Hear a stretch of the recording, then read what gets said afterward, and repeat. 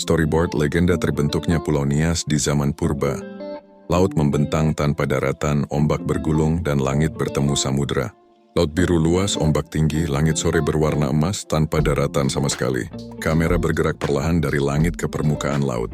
Di atas langit ketujuh, di negeri para dewa Tetehusi Anaam, sang penguasa agung memandang ke bumi. Istana megah di atas awan, cahaya emas memancar, para dewa berdiri di balkon. Sang penguasa mengenakan pakaian adat Nias yang bercahaya. Ia memanggil Sirau, makhluk sakti, dan memberinya pedang bercahaya untuk membelah samudera. Sosok Sirau gagah berotot, memakai hiasan kepala khas Nias, memegang pedang emas berkilau. Latar awan dan sinar matahari menyinari wajahnya.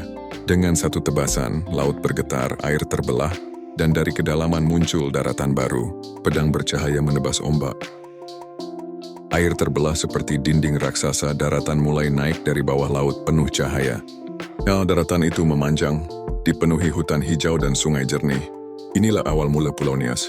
Pemandangan aerial pulau yang baru terbentuk, pepohonan hijau segar, sungai berkelok, pantai berpasir putih, kabut tipis menutupi gunung di tengah.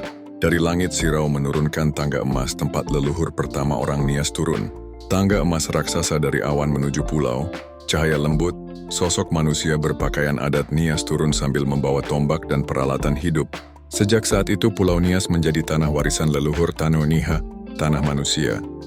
Lanskap desa adat Nias di tepi pantai, rumah-rumah panggung, anak-anak bermain, orang tua bekerja, suasana hangat dan damai. Nah, itulah storyboard pulau kita, Pulau Nias. Jangan lupa like, komen, dan subscribe ya sobat.